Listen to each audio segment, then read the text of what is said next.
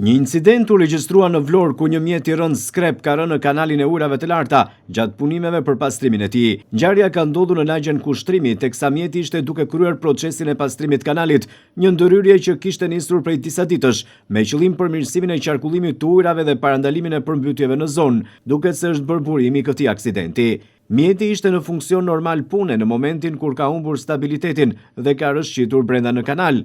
Fatmirësisht nga kjo ngjarje nuk ka patur persona të lënduar. Drejtuesi i mjetit ka arritur të dalë pa dëmtime serioze, duke shmangur kështu një ngjarje që mund të kishte pasojat shumë më të rënda.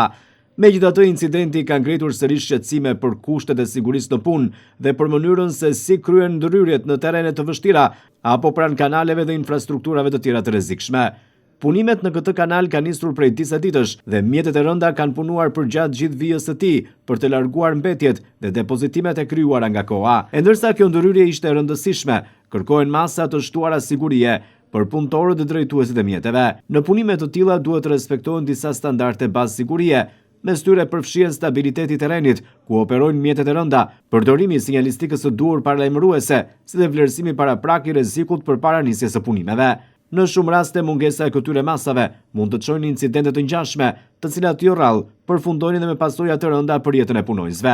Ngjarja e ndodhur në Vlorë rikthen në vëmendje rëndësinë e respektimit të rregullave të sigurisë në çdo kantier pune, veçanërisht kur bëhet fjalë për përdorimin e mjeteve të tonazhit të rënd në zona të hapura apo pranë kanaleve të thella.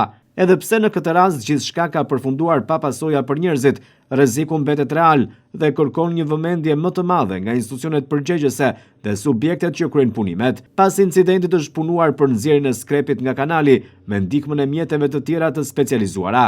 Ky rast shërben si një kujtesë se edhe në punët rutinë të mirëmbajtjes së infrastrukturës mund të fshihen rreziqe serioze, ndaj respektimi standardeve të sigurisë duhet të mbetet prioritet në çdo projekt dhe në çdo kantier pune.